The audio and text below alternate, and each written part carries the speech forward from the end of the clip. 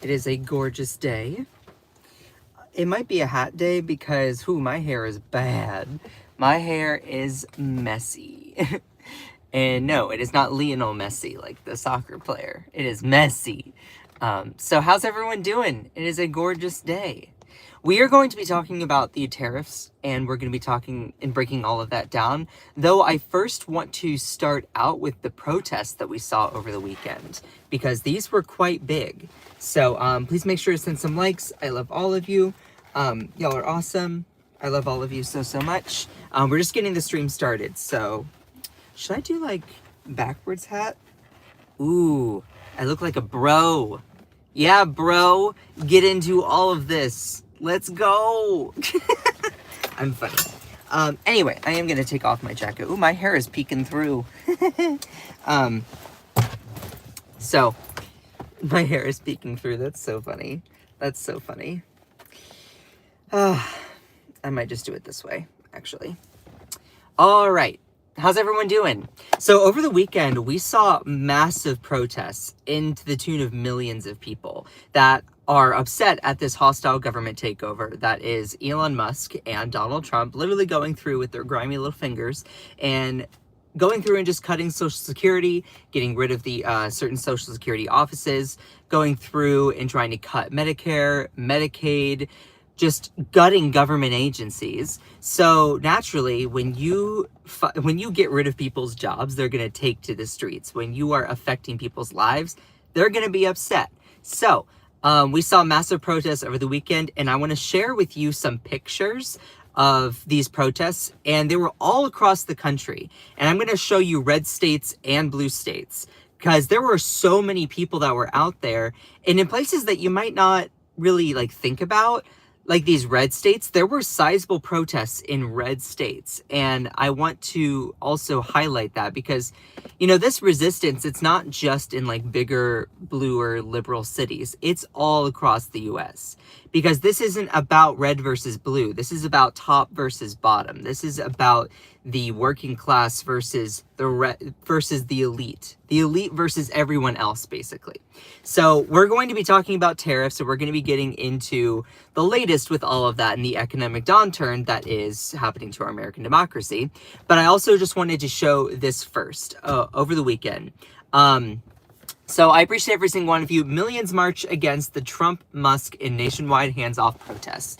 They're dismantling our country, they're looting our government, and they think we'll just watch. For those people who do not know, Elon Musk is literally going through and just gutting government agencies he doesn't like. He's trying to get rid of the Consumer Financial Protection Bureau, which is literally one of the best agencies there is. You want to talk about efficiency? It takes like $1 billion to run the Consumer Financial Protection Bureau, and yearly they get back like $13 billion because they go after fraudsters and scammers that are a part of bigger corporations that prey on consumers. So if you want to look at things efficiency-wise, the Consumer Financial Protection Bureau is like the is like the most efficient aspect of the government, specifically for finances for consumers. But MAGA doesn't care about facts. They're trying to go through and gut the NNSA, the people who oversee our nuclear weapons, to make sure that they're maintained and we stay safe. Also the FAA, the IRS. These are agencies that do objectively good work. Sure, are there things that you can eliminate fraud, waste, and abuse wise? Yes, but not the agency. That's a whole thing. They're literally just trying to go through and just gut people's jobs. People's jobs are not people's livelihoods. If you are trying to deem someone else's livelihood to be able to put food on the table, to afford their medication, to afford their rent as efficiency, then I should say, okay, efficiency for who? Efficiency for whom? A rich person or that working class person? Girl, good God, girl, get a grip. So let's break down some of these protests that are happening all across the United States. There were millions of people, hundreds of thousands in different states all across the US. And there were also all across the world too. You had protests in the UK, you had them in Belgium, you had them in France, you had them in Australia. You had so many different protests all across the world. But I want to start out with here at home. Millions march against the Trump-Musk nationwide hands-off protests. And, hold on. There it is. In communities across the United States and also overseas, coordinated hands-off protests are taking place far and wide Saturday in the largest public rebuke yet to President Donald Trump's henchman Elon Musk assault on the workings of the federal government and their program of economic sabotage. Indivisible, one of the key organizing groups behind the day's protests, said millions participated in more than 1,300 individual rallies. That's a lot. In more than 1,300 individual rallies as they deemed an end to Trump's authoritarian power grab and condemning all those aiding and abetting it. And also, I just want to point out here that they said, quote, "We expected hundreds of thousands, but virtually at every single event, the crowds eclipsed our estimates." So, I mean, these were big. And it's not just in blue cities either. We're going to be getting to that. These are in places that you might not even think about. Quote, "Hands off our healthcare, hands off our civil rights, hands off our schools, our freedoms, and our democracy."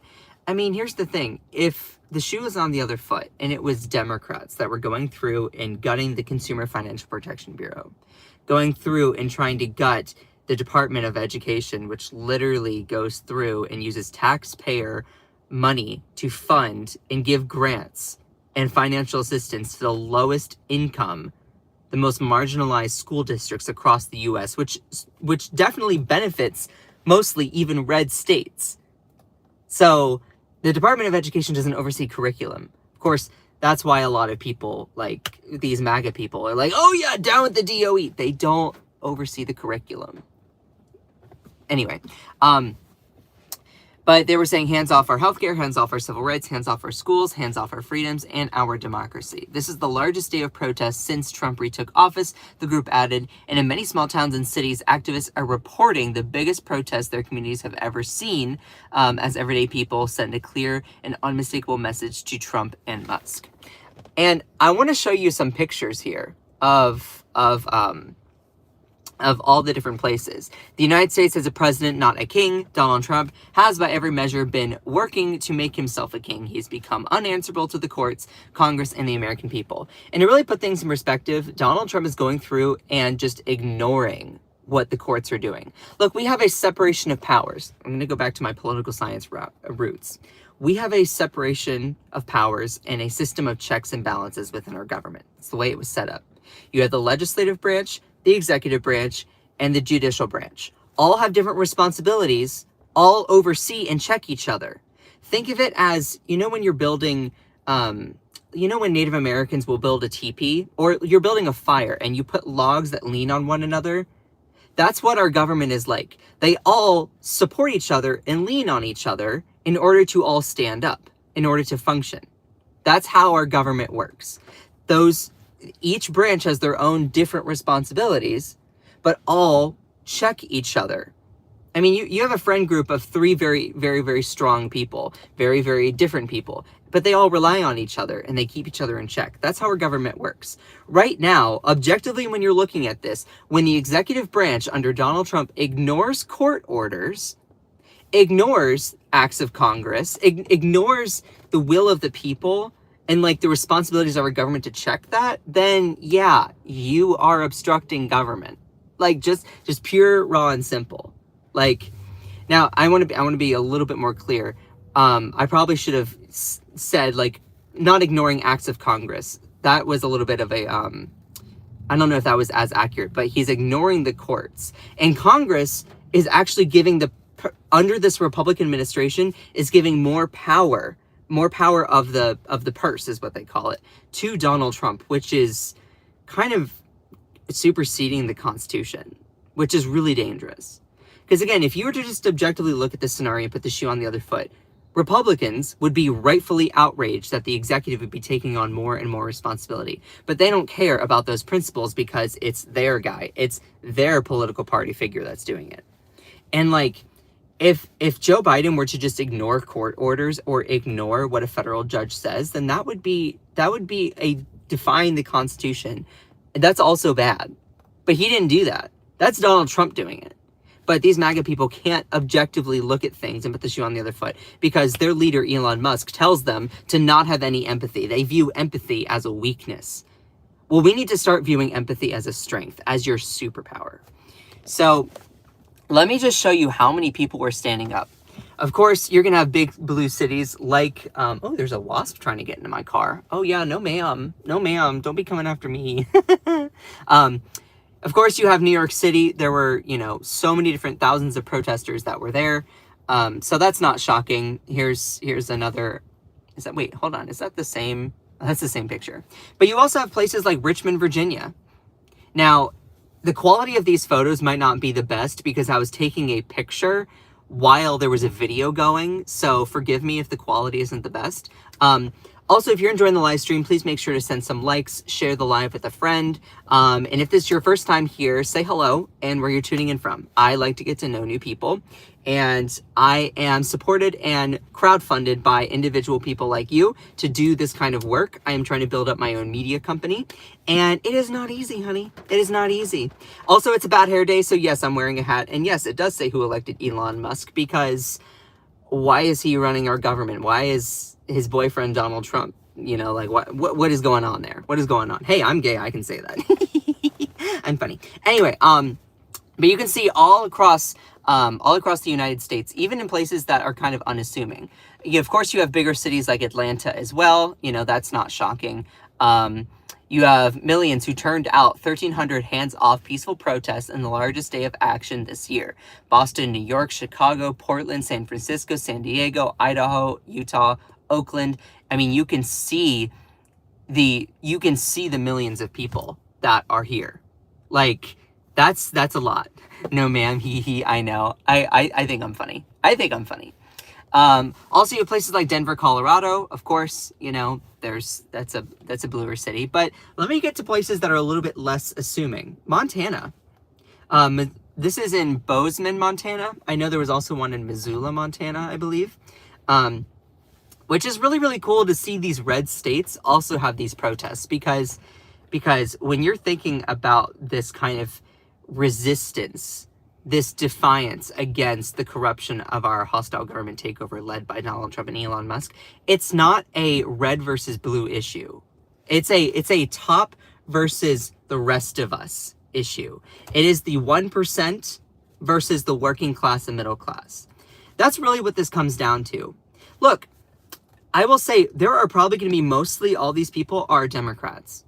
But here's the thing. If there are Republicans that want to join in these protests, then sure, we're going to welcome you with open arms. We might give you a little bit of tough love and be like, you voted Republican. Like, dude, you know, you did kind of ask for some of this.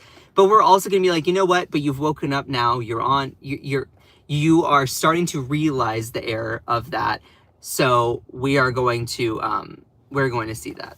We will acknowledge that. So you see a whole bunch of people here. And this is in Montana, which is really, really cool. Also, this is Chicago, so that makes a lot more sense. I mean, there's a lot of people there.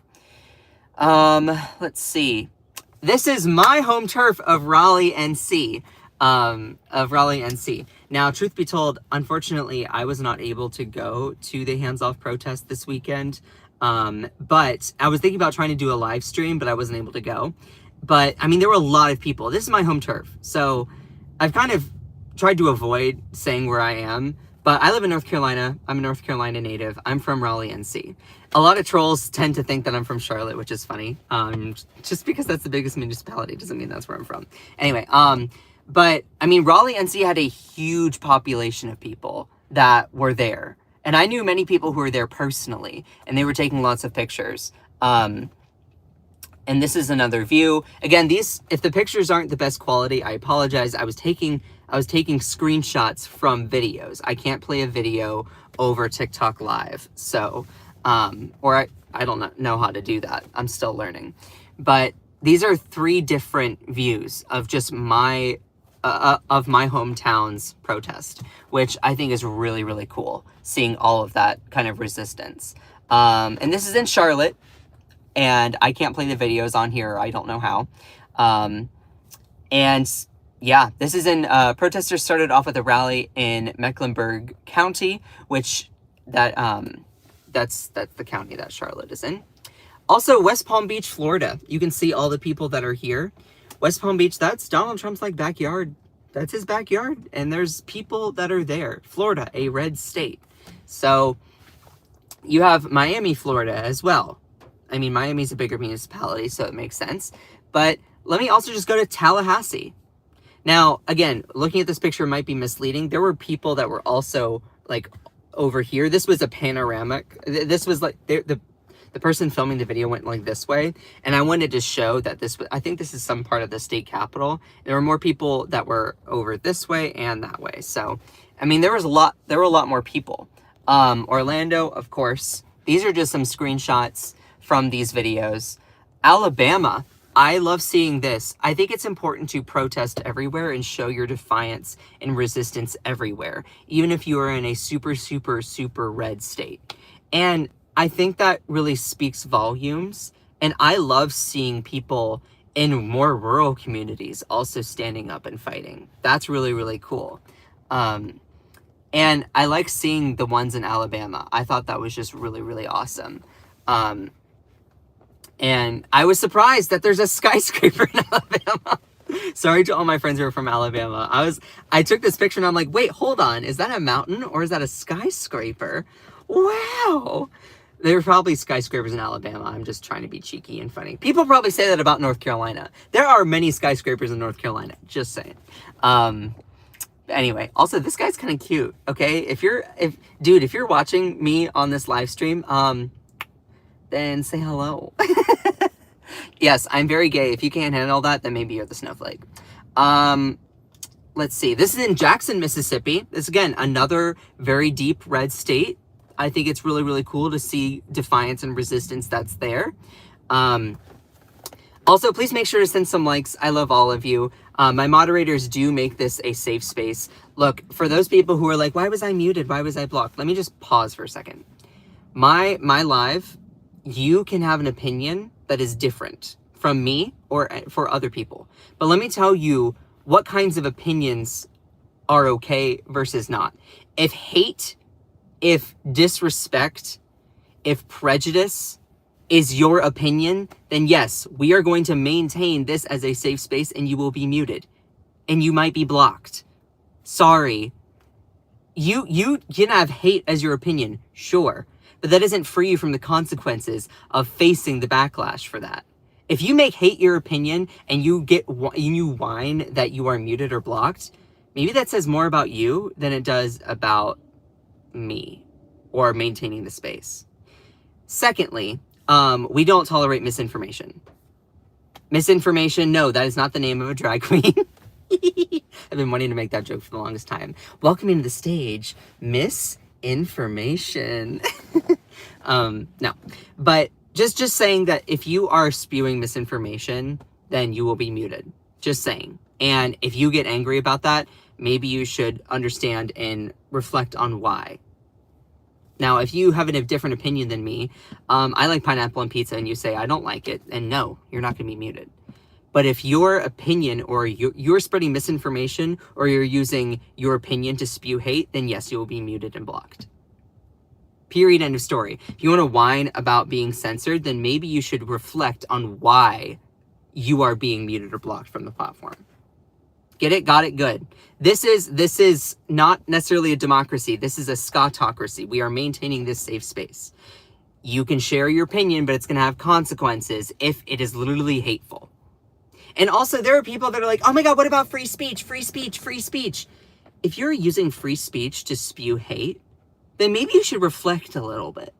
Maybe you should ask yourself, okay, I'm standing for the principle of free speech. To do what? To do what? Spread hate. So girl, I don't hate anyone who tries to hate me. I don't. I just think that you need a hobby. So, going back to these protests here, and I love all of you. If you are new and you're new to these live streams, please say hello and where you're tuning in from. I like to get to know people. Y'all are all awesome. But there were these protests that are happening all across the United States, and even 300 people showing up in Jackson, Mississippi. That's really, really cool because this is a deep red state. So I like seeing the resistance that's there. There was also, let me make sure that I'm not skipping ahead. There's also Montana. There were many different people in Montana. This is state capital of Montana. Isn't that Billings? I have to totally check. It's Boise, Idaho. Billings, no, Helena. I think Helena is the capital of Montana. Maybe what's the capital of Montana? I actually don't know. Tell me. I have to remember. I think Billings is maybe the biggest municipality. Anyway, this was in the capital, state capital, and you can see in here, there's a lot of people there. And also, if I don't know something, I will tell you. I'm not here to pretend like I know everything.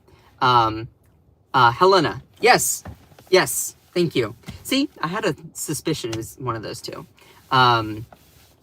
Also, you can see this is Montana. Again, a red state.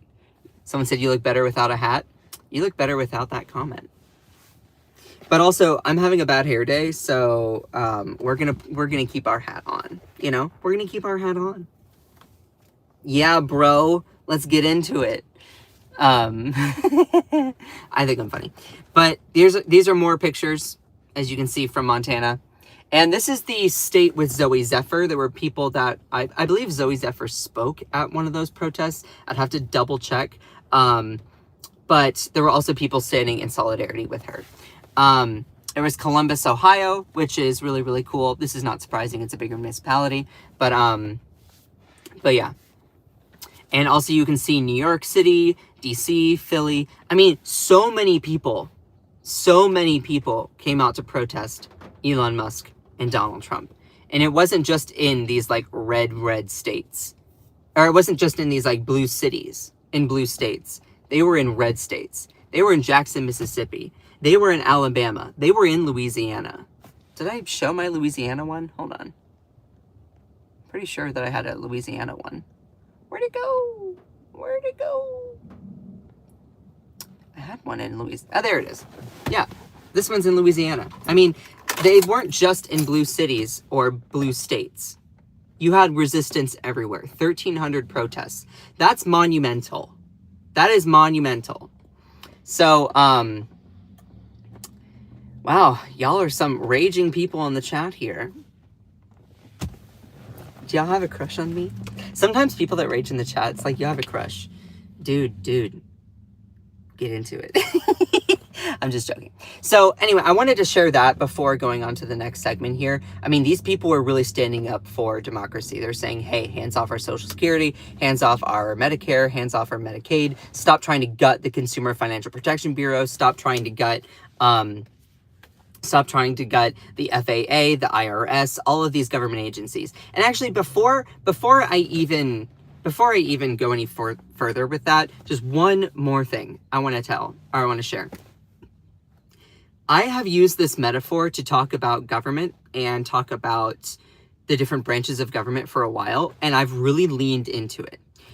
Right now, objectively, what's happening is you have Donald Trump, our president, having a special advisor that's not overseen by the cabinet or anything like that, making massive government decisions, going through and saying what he thinks is efficient is laying you off your job. That being said, there are three branches of government, but there's also kind of like a fourth branch of government, and that's called the bureaucracy. It's kind of seen as the unofficial fourth branch, and let me tell you why that ties into what Donald Trump and Elon Musk are doing.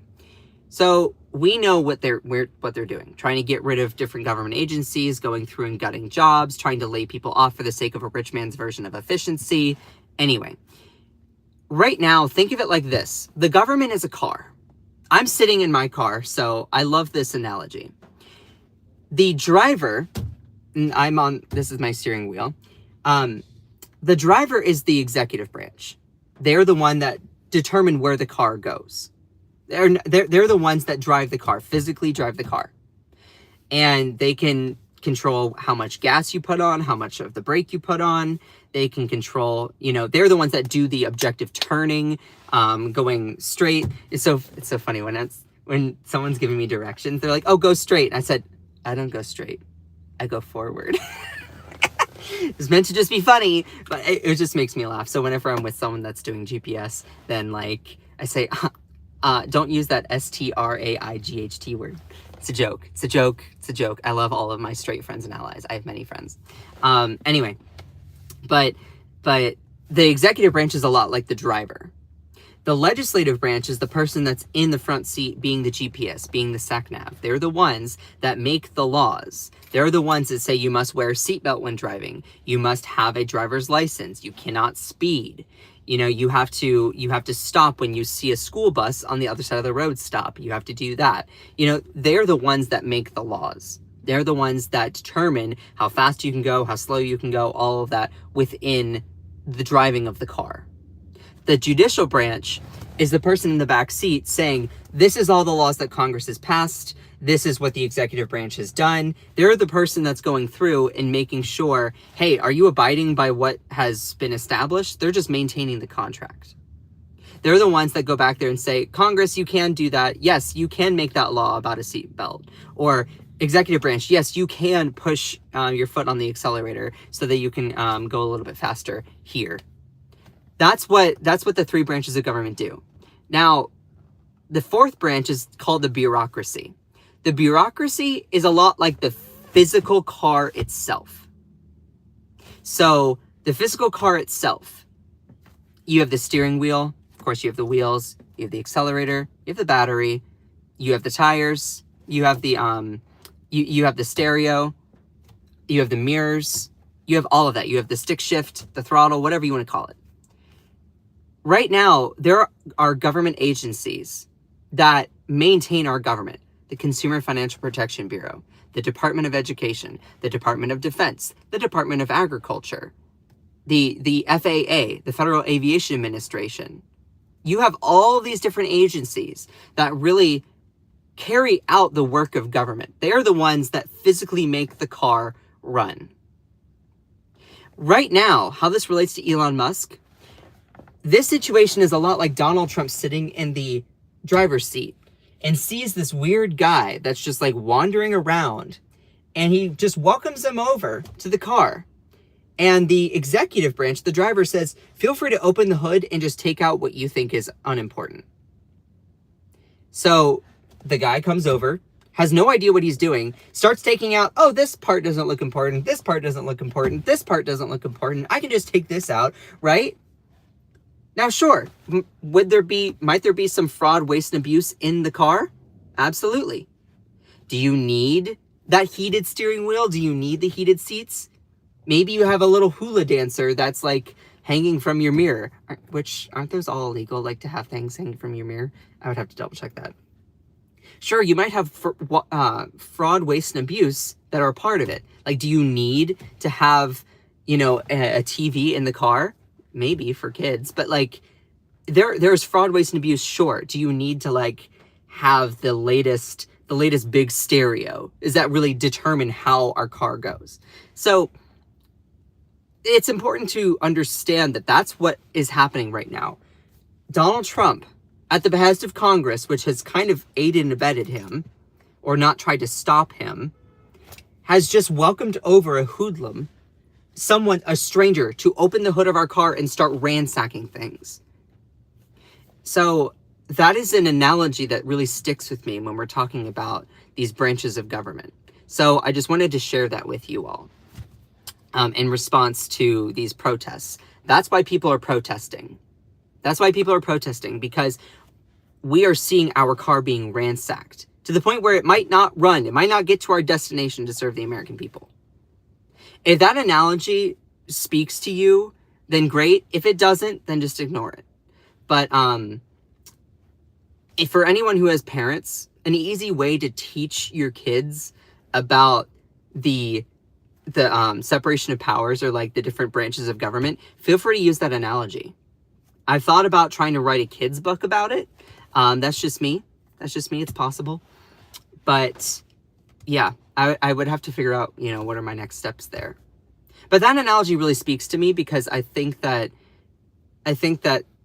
it allows people to really visualize how our government works for people. The executive branch is the driver. The person in the front seat that has the map is Congress, and the person in the back seat is making sure that these two people are acting at what they've said they're going to do. So, anyway. But I want to change topics here. I love all of you. If you're new here, say hello and where you're tuning in from. I like to get to know new people. My name is Scott. For those of you who do not know me, I am an independent journalist. I am trying to create my own media company. And my whole thing is I'm just trying to give people the accurate information. And I will share my opinion, sure. You can disagree with my opinion or my analysis. What is not up for disagreement are the raw, objective facts, science, information, statistics that is there. You and I can have a disagreement on how to tackle climate change, but climate change itself, the fact that it is happening and is a threat, is not up for debate. The fact that it is happening, that is leading to scientifically bigger storms, that's leading to higher temperatures, breaking temperatures, heat waves that are killing people, that's not up for debate. How we're going to tackle it, how we're going to move forward, that is. Get it? Got it? Good. All right? You will be blocked and muted if you spew misinformation or if you use hate as your opinion. Just saying. Cool. Love all of you. So, let's transition to this topic here. So, ooh, and I need to open a window. It's getting a little toasty in my car. Getting a little toasty. And not Quiznos style. What happened to Quiznos? What happened to Quiznos? Anyway, all right. So while we're talking about the economic state of our country, it would be an injustice if I were to not mention the stock market. Now, before I start going into the stock market, I do want to say the stock market is not the only indicator or economic measure to show how the economy is doing or how people are doing. Okay, the stock market is not the end all be all. Just to put it out there, under different administrations, it doesn't matter their political affiliation. They're like, the stock market is up, we're surging, we're doing so great. The stock market might be up, but the people, the working class and middle class people might not be feeling the benefits of it. So, but they could, it just depends. It depends on what the stock is and it depends on that situation. So I want to just say that the stock market is only one indicator of economic health and prosperity. That being said, the stock market right now is kind of tanking. I mean, it's not 1929 level style, but it is going down. It's going down for real. It's going down, down, down, down, down, down. My shower head is very impressed with me, okay? Just saying. Someone's like, are you a singer? Be like, yes, I sing in the shower, and it's amazing. my cat sometimes will get a show. Anyway, so the stock market has been going down, down, down, down, down, down, D-O-W-N, down. Anyway, stock market opens up sharply lower again. Trump stands by tariffs. The S&P nears bear market.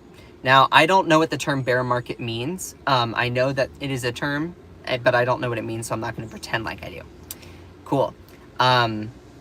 Where is it? There we go. So, U.S. stocks are set to plunge for the third straight day after President Donald Trump doubled down over the weekend on his aggressive tariff plan. Dow futures are nearly down 900 points, S&P 500 futures down 128.5 points, and NASDAQ down nearly 500. And, you know, that's bad. They're just going down, you know? And it would behoove me to not mention how Donald Trump said that, like, and I'll get to the post in a minute. He's like, if the stock market plummets, then, you know, that president should be impeached. We'll get there. But prior to opening, Dow Jones futures plunged around 900 points, or 2.5%, S&P futures at 2.8%, and NASDAQ at 3.2%. And just to give you visual representation, this was over a month. Yeah, so this is around March 10th. You know, and it's like boop, boop, boop, boop, boop, boop, natural ebb and flow, and then boop, boop, boop. So, I mean, and you can see it. It's not just the Dow; it's also NASDAQ, which has a lot more like tech-heavy stocks. And then you can also see the S&P. So, again, I do want to point out, and you know what, I don't think that you're going to hear this kind of analysis anywhere else. And people are going to be like, Scott, well, why are you saying that it's not the most important economic indicator and then pointing out why it's bad? Because reality requires a nuanced perspective. You have to look at things and not be so existential black and white within your thinking, okay? The stock market going down at this rate is alarming, though it's not the only economic indicator. We also need to look at the situation of thousands of people being laid off for, again, a rich man's version of efficiency. Elon Musk going through and just gutting people's jobs because he thinks that that part of the car to make it run is inefficient. It's like, well, who elected you? So, anyway, just pointing that all out. And this is interesting. Let me just say this here. Let me just point this out here. This was a little while ago. This is on the campaign trail. Quote by Donald Trump: "If Kamala, I like to call her Kamala, or Kamala, camel toe. Let me tell you, I don't even know if she's black. I don't even know if she's black. Maybe she's black. We should look into it. It's an issue of national security. If Kamala wins, you are 3 days away from the start of the 1929-style economic depression. If I win, you are 3 days away from the best jobs, the biggest paychecks, and the brightest economic future the world has ever seen." Meanwhile, there are thousands of people that are losing their job because rich people like Elon Musk are saying, oh, I don't think that your job is efficiency. So I'm just going to go through and lay you off so that you don't collect a paycheck. You are not doing objectively good work and being compensated for it to afford your housing, your healthcare, your prescriptions, none of it. Just think for a second if it was a Democrat that went through and just laid all these people off. It was under a Democratic president, let's just say Obama, or let's just even say Biden, or Kamala Harris. Just imagine if they were to go and do that and just like lay all these people off for what they deem as efficiency. Oh, Fox News would have a field day. And look, in that case, if they were to do that, they'd be right. That is crazy. So why is it permissible? Why is it okay if the shoe is back on reality's foot and you decide that it's somehow okay if you do it? Because here's the thing. MAGA doesn't have an ideology. They don't have a set of beliefs. They don't have a set of morals. They don't have a set of standards. They instead will change their mind, pivot, and divert to what is convenient for them to maintain their pre-existing beliefs, their pre-existing like, not beliefs, that was not the right word, their pre-existing viewpoint. They don't want to have to change or challenge their beliefs because it would be inconvenient for them, because then it would go against their loyalty to Donald Trump. It would go against what they have embraced this entire time as a cult. So, like, they can't confront that information. So I think it's just funny how every single accusation really becomes a confession as well with these people. Trump is saying, if Kamala wins, you are 3 days away from the start of a 1929-style economic depression. Meanwhile, if you just, it's funny that you are saying that it's going to be a depression, and then your tariffs are leading to a plunge in the stock market, which is how 1929 and the stock market crash like really started. I mean, it's just laughable. And of course, you know, MAGA people are going to put their fingers in the ear and go, la, la, la, you know, because they can't confront that information. But you and me, people who actually look at reality and we're like, oh crap, yeah, that's not great. Like, if there are MAGA people that are watching this and you're like, oh crap, wait, hold on, really? Is this what's happening? Yes, I'm glad that you're starting to wake up. It's not too late for you to actually become, I guess, woke. Because it's not too late for MAGA. If you want to change your mind, if you want to actually be like, oh wow, I don't have to run away from information that goes against what I want to believe with Donald Trump, this is your moment to change your mind. Yes, we will give you some tough love. Yes, we'll be like, look, you're only waking up because it's starting to negatively affect you. It's starting to negatively affect you, so now you care. Versus all these other people being massively affected, and you were like, oh, but it doesn't affect me, I don't care. I would rather people wake up later and than not wake up at all. This is your moment. Seeing all of this chaos that's happening, this is your moment to wake up if you were like that. And for those people who don't know, and I'm taking off my hat for this, you know, I grew up in a Christian conservative Southern home. Me. And I grew up watching Fox News, subscribing to Sean Hannity. I was a part of, like, I remember the elections. I was still a little bit younger as a kid. I still remember the elections of like McCain and Obama and all of that stuff. I grew up watching people actively, like, my parents were very, very Republican. And my first election that I voted in was for Hillary and Trump the first time around. That was when I just turned 18. And I was just told what to believe. No one ever empowered me enough to go out and just look at the information and think critically for myself. I was just told what to believe.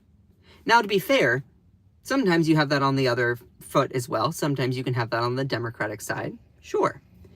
But you should give people, instead of just telling people what to believe, you should give people the information and allow them to come to their own conclusions. Allow them to understand and look at things from their perspective and be like, okay, you know what? That's what it is. But let me also just point out something really quickly. Both sidesism, there is some of it, but it's not equal. Republicans tell people what to think all the time. Republican media just brainwashes people and tells them what to think. Democratic media usually just likes to look at things like, oh, just ask this question or ask this question or ask this question. Or mainstream media, I should say, not Democratic media. They like to say that as whatever. But what I'm saying here is look at the information and think critically for yourself. And base your knowledge, your analysis of the moment on empathy. Not just for what affects you, but what affects everyone.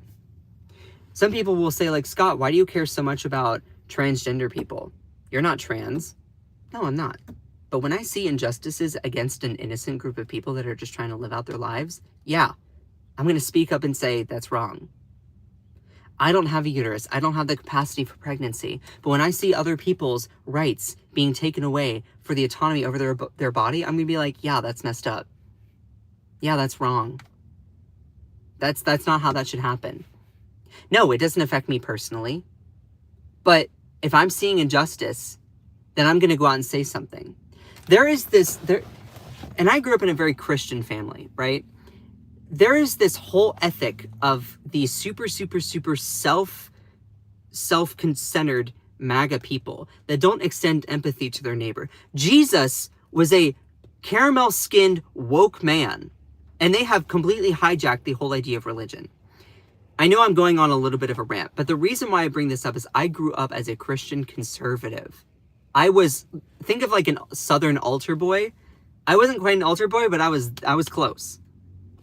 And it wasn't until I then started thinking critically for myself and people started giving me the empowerment to think for myself that I was like, oh, wait, I don't just have to believe what I was taught by my parents. I can actually have my own, thoughts. They're like, yeah. And I was like, whoa, really? Really? So the whole goal of my platform is to give you that empowerment. So, going to this, speaking of tariffs and the economics and Liberation Day, I saw this before it started really getting major traction, and I read this and I was like, what in the world?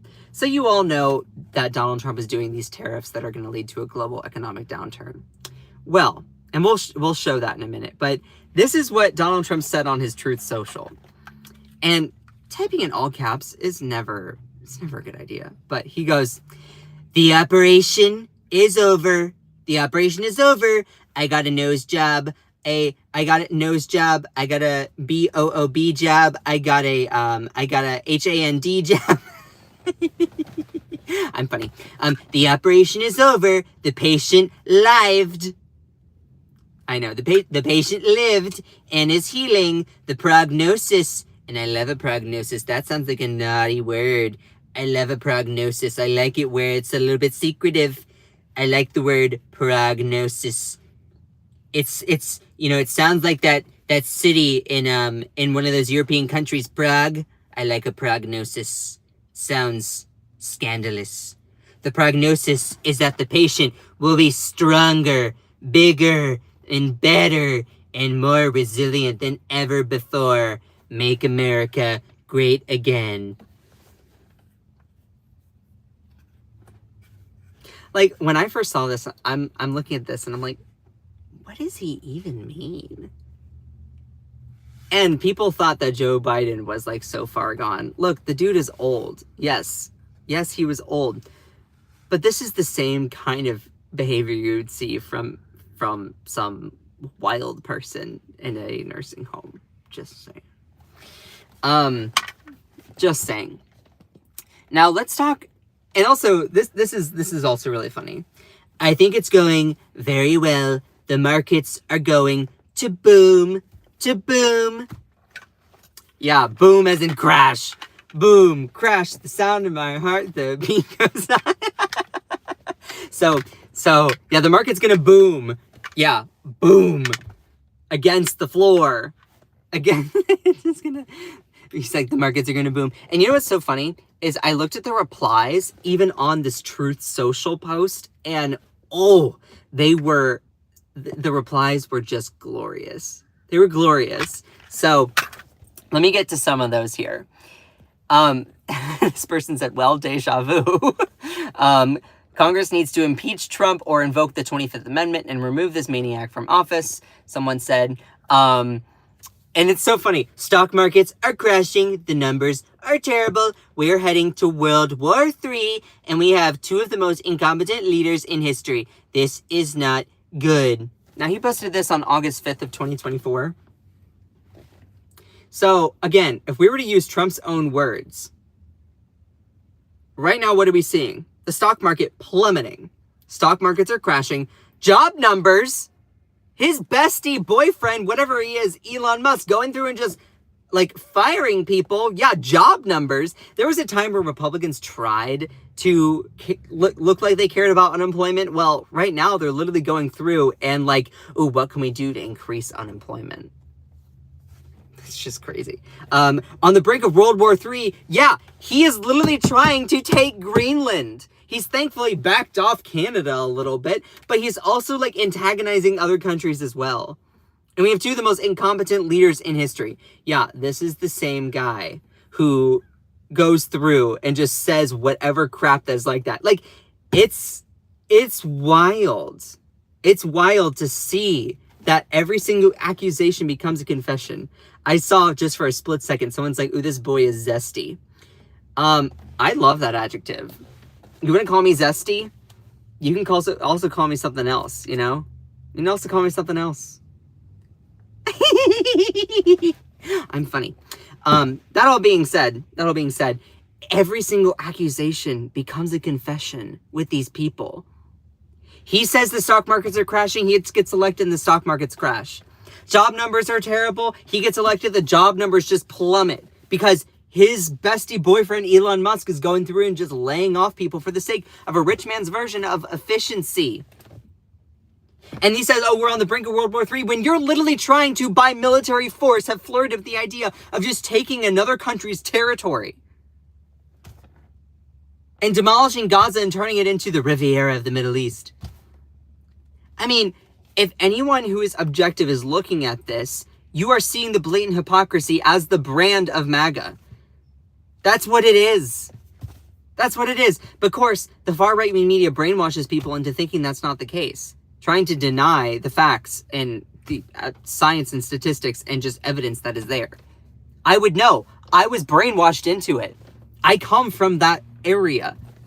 The only way that you're able to free yourself is when people empower you to make your own decisions, to think critically for yourself, to root your understanding of the world in empathy. That's why Elon Musk says that empathy is literally the downfall, or whatever, I'm paraphrasing, of the modern, like, Western civilization. He talks about how empathy is, like, awful.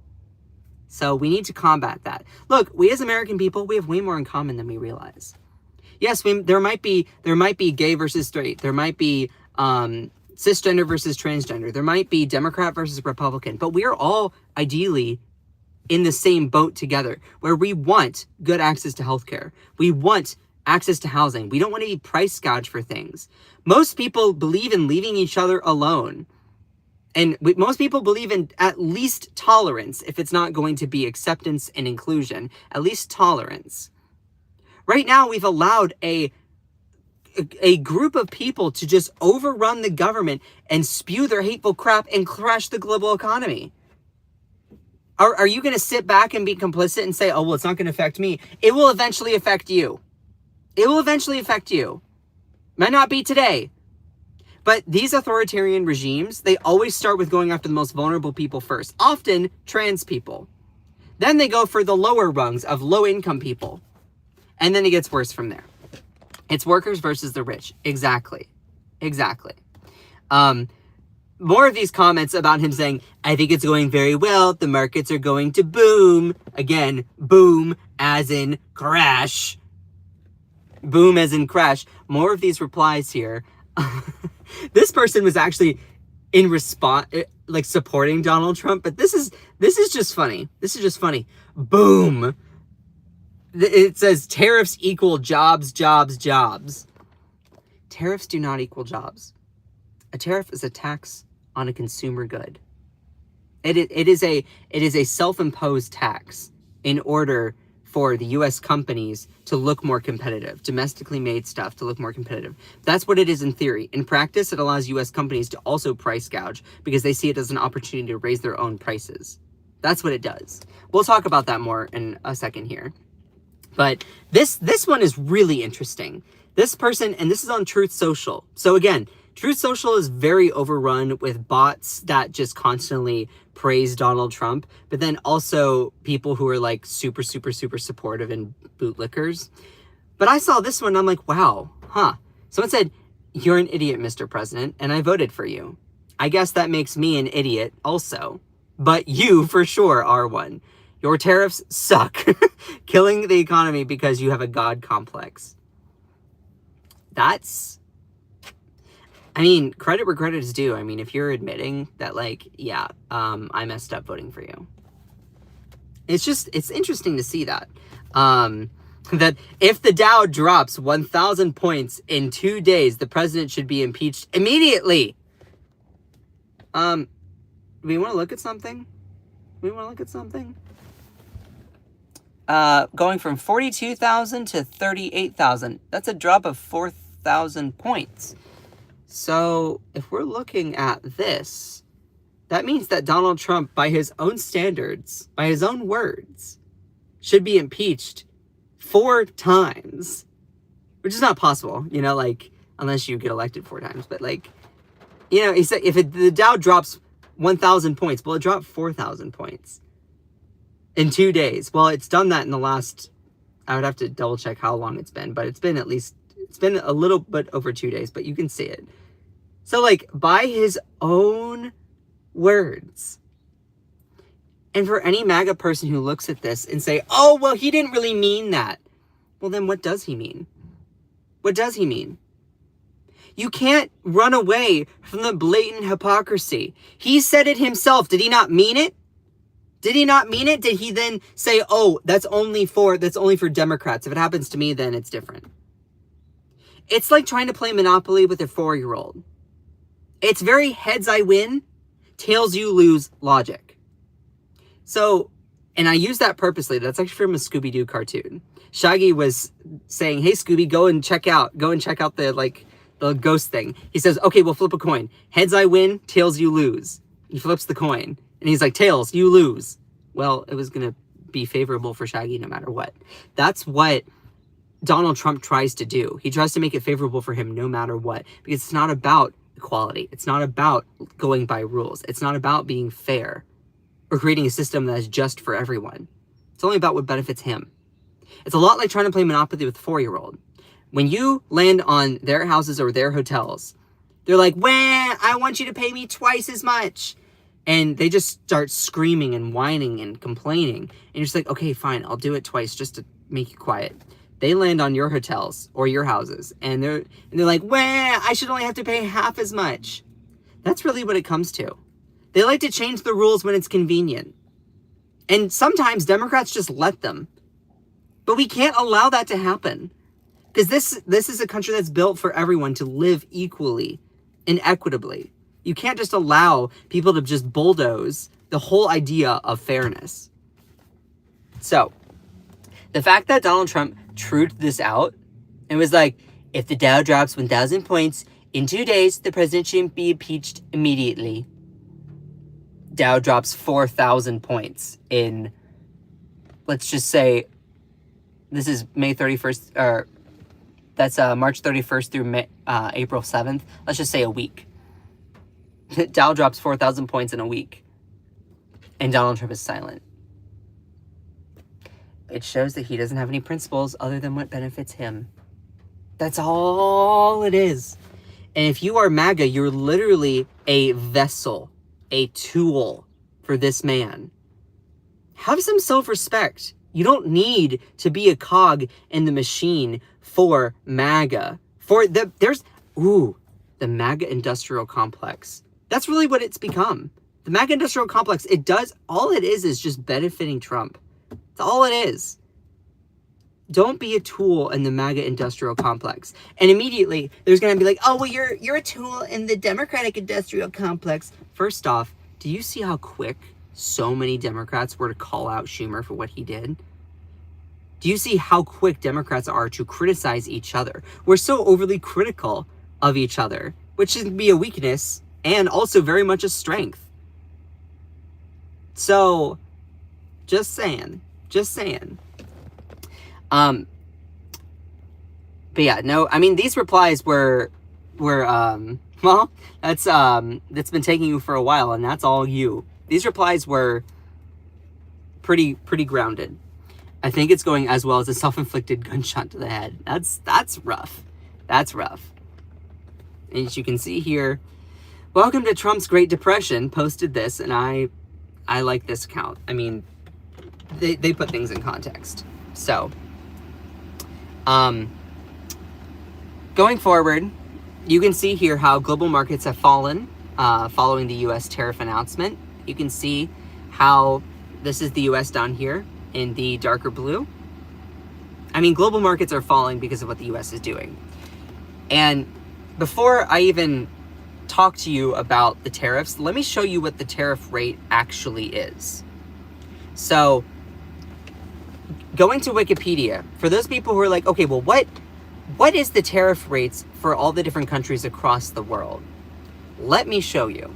This is a list of countries by tariff rate. This includes sovereign states, self-governing governing dependent territories based on the ISO standard ISO 3166. I don't know what that means, but basically it's showing the tariff rates for different countries. It's color-coded. You can see over here that most all of them are going to be under this dark blue category, which I believe is something around 10%. I have a little icon that's blocking it, so I can't see it. So you see how most all the countries around the world have a tariff rate that is below 10%. They have a tariff rate that's below 10%. And you're like, oh, I don't like Wikipedia. They lie. Well, it's inconvenient. Or that's convenient for you because you decide to pick and choose when things are accurate or not. Let me go to another one. These are the global tariff rates. Again, you can see in here, you have Canada 3.4%, Mexico 3.9%, you have Chile at 6%, Brazil at 6.7%, Ireland at 2.7%, the UK at 3.3%. Now you have somewhat bigger ones like India at 12%. Okay, that's bigger. Saudi Arabia at 6.1%. You can see in here, objectively, these are the tariff rates. Now, liar-in-chief Donald Trump is saying how all these countries are being so unfair to the United States, so we're going to tariff them. Now pause. You all see how literally in here you can see these tariff rates. Okay? Now, if we look, you see in here, almost all the tariff rates are less than 10%. But Donald Trump comes in and he's like saying, these are the tariffs charged to the USA. Look at all of these. 67, 39, 90, 64, 46, 52, 50, 72, 61, 64. He's just making these numbers up. He's just making them up. He throws it into Chat GPT or whatever and comes up with some weird equation that doesn't make any sense. He's using the trade deficit in order to form what he thinks is the tariff rate. That's not how that works. It's not how that works. So he's like, oh, well, they're being so unfair to us, so we're going to start to fight back. Meanwhile, we're putting 10% minimum on all of these other goods coming from other countries. Meanwhile, the tariff rates around most all of the world are under 10%.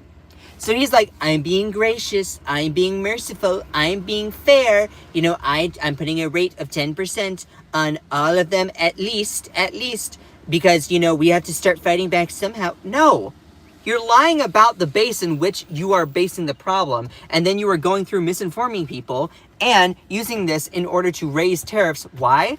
Who knows? I don't know if he's trying to make the country go into an economic depression, but the last time we did tariffs like this with the Smoot-Hawley Tariff Act, it plunged us into the Great Depression.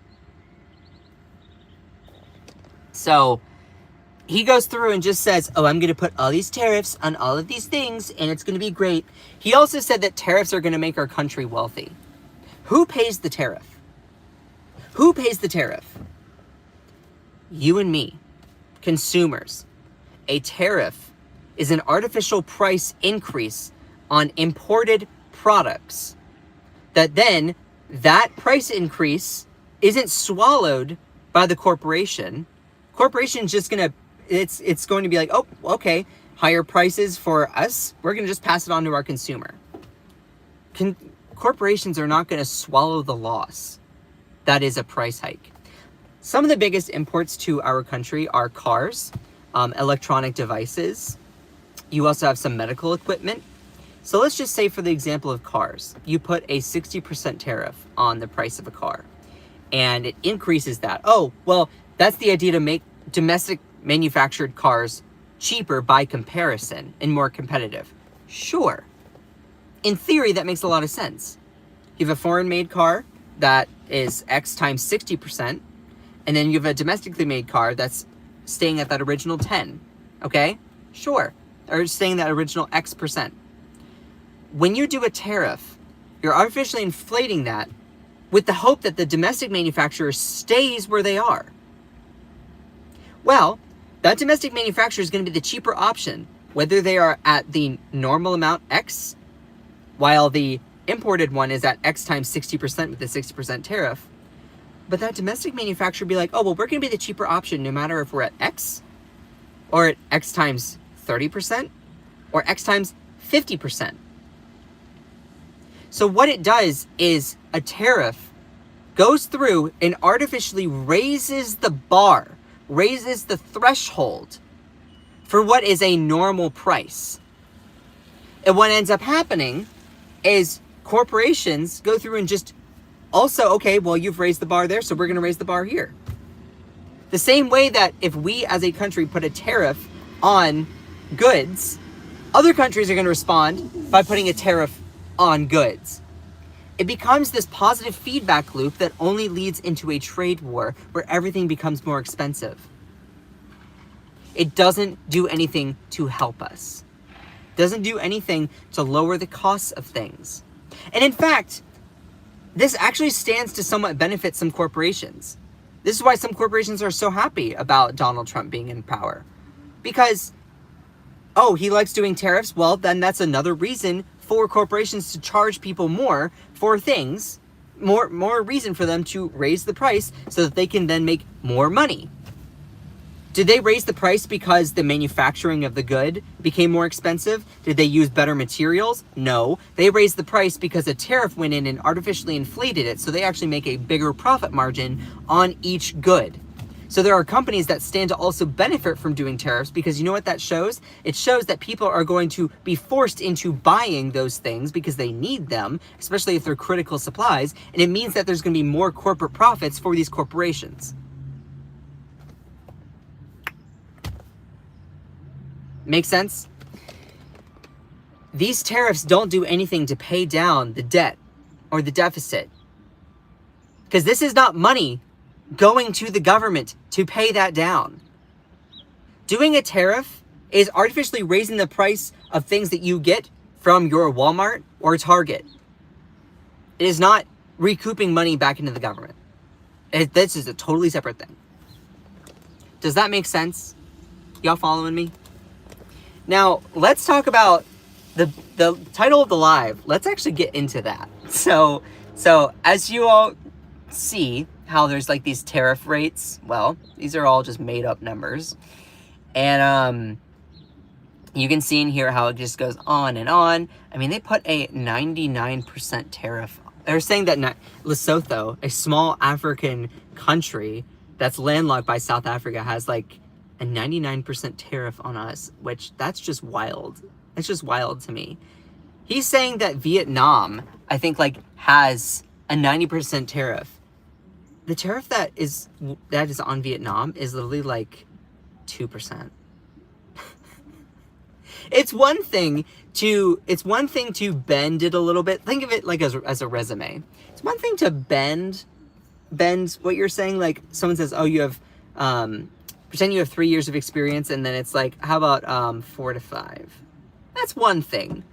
But like you're going through and just like going from 2% or whatever. I'd have to double check. Vietnam's not on this list here. Let me see if I can find another list. Going from like 2% to then like 99%. That's just crazy. It's crazy. So as I was mentioning, you can see in here how there's all these different countries and territories. Are you all familiar with the Heard and McDonald Islands? I was not. I didn't know what these were. I was like, okay, where are those? Do they have like McDonald's like restaurants on them? You know, what are these Heard and McDonald's Islands? Well, this is a territory that belongs to Australia. The Heard and McDonald Islands are barren. They're desolate. They are uninhabited other than by penguins. There's no people that are living on them. In order to get to the Heard and McDonald Islands, you have to take a 2-week boat trip. The last time that people were there, I think, was like 10 years ago. So the Heard and McDonald Islands, they're uninhabited. No one lives there. The Australian Prime Minister surprised after external territories, including tiny Norfolk Island and remote islands, home to penguins, targeted by the U.S. president for tariffs. And what's so crazy, and this just shows the level that Donald Trump is just lying about what these tariff rates are. No one lives here. How do they have a tariff on this territory? How do they have a tariff on that? Because if you go through, I'd have to double check. I'm pretty sure that Australia is separated. Australia is separated. Yeah, Australia is right here, 10%. It can't just be the exact same one. It's a territory. It's separate. So they went through and just tariffed this uninhabited territory. It's uninhabited territory. So naturally, there were a whole bunch of people that were like going crazy. They were going crazy around like all these memes. To show you, these are the Heard and McDonald Islands. You have to take like a long boat trip from Perth, which is the western part of Australia, or western city, I believe, and go over here. No one lives on them. No one lives on them. Yet Donald Trump is like, we're going to tariff them. How can you tariff something if people don't live there for you to even have an economic exchange? It just shows the level of like how much these people, they're so incompetent. Anyway, Trump administration has put a 10% tariff on the herd of McDonald Islands, which has a population of 0 people and is inhabited by penguins. Penguins! So naturally, the memes started really coming out. 10% beautiful tariffs, and the penguins, big strong penguins, come to me, tears in their eyes, say, "Sir, please, please, no tariffs, no tariffs. We can't compete with American penguins, but I say America first. They don't like it. It's happening."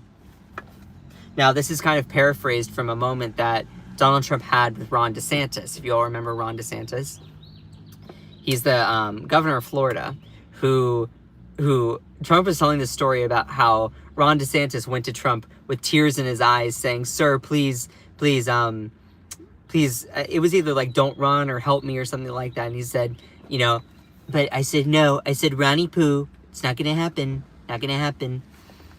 It was. I'd have to go and check that moment, but it's paraphrased from that. But these memes just continue to go on, and I think that they are just darn hilarious. Truly, I do.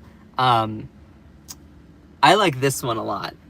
You know how Zelensky went to the Oval Office, and you had Donald Trump and his henchman J.D. Vance basically like chastising him, even though his country was invaded. Yeah, so they just replaced Zelensky with a penguin, and this was kind of like it's an AI picture, but like this person said, "Wow, hey, at least he wore a suit to the Oval Office," because apparently people were so outraged that Zelensky didn't wear a suit to the Oval Office. He looked nice. That's the thing about professionalism. This is a small tangent. To me, like, would I wear a suit to the Oval Office? Yeah, sure. But also, like, professionalism is so overrated. Just look presentable and look nice. Don't look like you just rolled out of bed. Don't look like you are slovenly. Just look nice. Doesn't have to. I view professionalism as more of an attitude anyway. It's more of a mindset. It's more about how you act, not necessarily how you look. Because I don't trust always how people look. You can be a person in a suit and not act professional. You can be a person that's not in a suit and be the most professional person ever. So, professionalism is overrated, specifically when it comes to how people dress. Do you want to look nice? Yes. Do you not want to look like a slob? Yes. But I think there's also a generational difference between views of professionalism. But that's a whole nother tangent. But the penguin memes continue to go on and on and on. And this one is my favorite. This one's my favorite. Pay the tariffs. Pay the tariffs, penguins. And then they say, "We'll be taking our business elsewhere." We'll be taking our business elsewhere. I just think that's so cute. And penguins are so cute. Penguins are so cute. And there was also this one. The penguins defeat the MAGA cult. These AI pictures, I mean, they're just giving. They're absolutely giving. This one's also cute. Breaking: Vladimir Putin, whose country was sparred from Trump's tariffs, has offered permanent residency to the penguins from the Australian territories. Which, if you go through that list, Russia is not on it. We don't have tariffs to Russia. That's interesting. We don't have tariffs to Russia. That's interesting. Out of all the things that were on that list, hundreds of thousands of penguins turn out to protest Trump's tariffs. So, anyway, Australia pays the tariffs. Honey, no, they don't.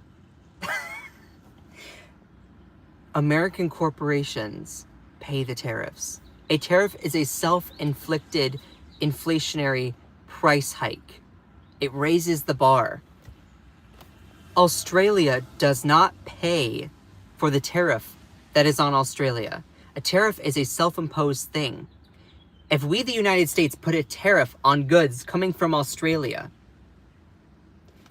the people who are shipping things to the United States, they don't pay 10% more.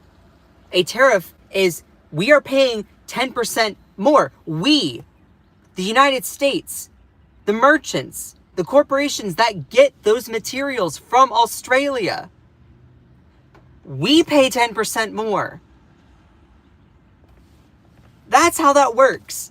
Tariffs are not paid by other countries.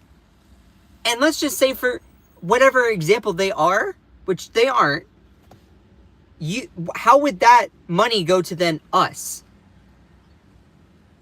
Tariffs are not paid by those other countries. And if you were to pay it, they would just go to the corporation. It wouldn't go to the federal government. I'm just done. It's bonkers to me. It's bonkers to me that people can't get that through their head. If you are just shaking your head at that in the chat here, then just like type the words or put in your favorite emoji if you're shaking your head, or just type SMH. To all the people that are seeing those kinds of comments in here and just a quiet listener, I'm calling on you to show that you are here. Just type SMH if you're looking at that and you are shaking your head.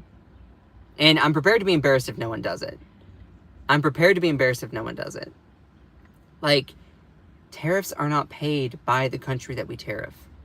Tariffs are a self-imposed tax. Tariffs are a self-imposed tax on us. That's how it works. Like, if you put a tariff on 10% on Australia, we are saying, hey, we're going to pay 10% more for Australian goods, Australian materials, than for domestically made goods or domestic materials here in the United States. Australia doesn't pay that to us. We pay them more. The corporation pays more. Then, because the corporation has to pay more, they then raise their prices. That's how it works. So, just looking more at these penguin memes just gives me life. Because, I mean, Donald Trump's trying to tariff an uninhabited territory. And, of course, you know, people who do AI, I mean, it's all over the place. I think it's so cute. Free trade now, no tariffs. I mean, Happy Feet right now, that would be so funny if anyone were to, like, take the movie Happy Feet and, like, made it about tariffs. Don't tread on me. I think that one's cute. And also, I love this one. Come at me, bro. And it's just this cute little penguin. My friend told me that penguins do actually trade things. Apparently, they like to trade rocks, if I'm not mistaken, which I think is really, really adorable. They apparently like to, like, trade rocks with each other, which, because Antarctica is made out of a lot of ice, and these islands have a lot of ice, I'm like, oh, that's kind of cute. That's kind of cute. Anyway, that's pretty much all I have for today. I love all of you so, so much, even if you don't like me, okay? You know, I'm not here to hate you, so I don't know why people are here to try and hate me. That being said, I am working to try and make this my full-time job. I would love to open up my own media, like, I have my own media company, but I'd really love to scale it up. I'm going to be starting to do YouTube membership soon. I am a TikTok refugee, so I am coming over from TikTok. If you want to support me, then please go to my profile here on YouTube and click on this link tree. There is a link to my Cash App. There's a link to my Venmo. I'm going to be trying to restart my Patreon soon. And I also have a merchandise store. So if you really like my hat, then it says, "Who elected Elon Musk?" This is embroidered, by the way. And it's breathable in the back here. It's breathable in the back. See? So these are really, really nice hats. And this is really, really good stuff that you might want to wear to, like, a protest, whether it's a Tesla protest or like one of those hands-off protests. So if you are looking for some good protest gear, or just like a new ball cap that has a statement on it, there's also a lot of really, really cool stuff on here. One of my newest designs is this one, which I think looks really, really awesome. It says F-Elon, which means felon. And you also have this is all embroidered, and this is good quality material too.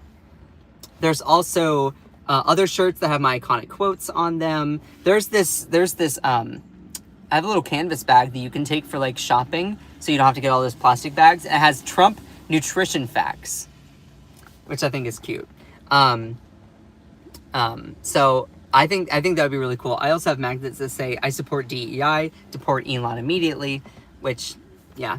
Then I also have an abbreviation shirt of Elon Musk. So I have a lot of different stuff. Also, if you have a custom request, if you go to Defy's website and click the contact function, and if you say, hey Scott, like I would love this custom thing. I had one person that messaged me and said, hey, I would love for you to make this like iconic quote from The Wizard of Id, which is like a comic strip. And this comic strip was like, it was a quote from like The King is a Fink. And so I was like, okay, I can do that. It meant that the king basically betrays his constituents, you know, and all of that stuff. It's on my website. But there's a lot of different stuff on here. So definitely go and check it out. There's a lot of hats because people were wanting hats. There's also beanies. So if you want a beanie, let me know. But also if you want a custom request, please just go to Defy's. If you go to my profile and click on Defy Political Gear, you can go and see all of it. I love all of you. I would love to make this my full-time job. I would love to do more live on-the-ground reporting. I definitely plan on trying to film more content and post it regularly. I am trying to scrap by in this little economy. So if you appreciate the work that I do, putting things in context, compiling information and data, making it in a easy to watch video form, that's what I try to do. I try to break down all of the legalese, all of the political language, and make it easy to understand. Because sometimes it's not easy to understand. Sometimes cable news pundits or even some YouTubers will use all of this political language and you're like, what does that even mean? So what I try to do is make it easy to understand. And also, I'm trying to build up my own company that's people powered. I don't take any corporate PAC money. I don't have any like major advertisers. I only have like the default ads on YouTube, which allow me to make some money. But I'm also funded by individual people.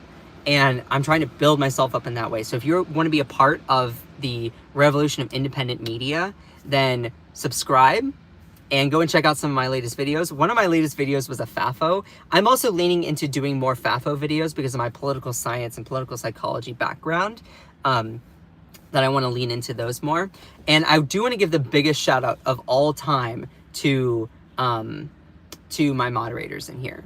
And again, my moderators do fantastic work. They are only going through and blocking and muting people that use their free speech to then spew hate. So look, you have free speech, but if you spew hate, if you spew misinformation, there are going to be consequences. If you say things that are objectively incorrect, spewing misinformation, you will be muted, you will be blocked. So we don't want misinformation to get out there. Objectively wrong data, science, statistics, facts, blatantly saying that things are true when they're not, that's misinformation. And also, if you're using your First Amendment to spew hate, sure, you can say it, but you will face the consequences of that by being blocked or muted. If you are saying, oh, well, freedom of speech, and you use your freedom of speech to be hurtful, maybe you should ask yourself why you are standing on, oh, this idea of free speech, when you're using free speech to do bad instead of promote good. So, if you're one of those people that were blocked and muted, hopefully you'll look at that and you'll realize, like, oh, maybe I should have been nicer. Just saying. So I appreciate all of you. Y'all are awesome. Please go and check out Defy Political Gear and also my link tree. I'm going to be posting this live stream on YouTube, but also break it up into videos. So I love all of you so much. Shout out to my amazing moderators in here. Cherie, Jacqueline. You're awesome. I love Kate, Alyssa. I love all of you so much. Akicha, Ellie, y'all are incredible. Joanna Tech, all my good friends in here. So I love all of you so much. So just remember that you are beautiful, you are loved, you are valid. MJ, love you. You are strong and you are fierce. What is it? Says love you, Scott. Aw, love you too. Don't let anyone or anything ever dim your shine. I love all of you so much. Bye.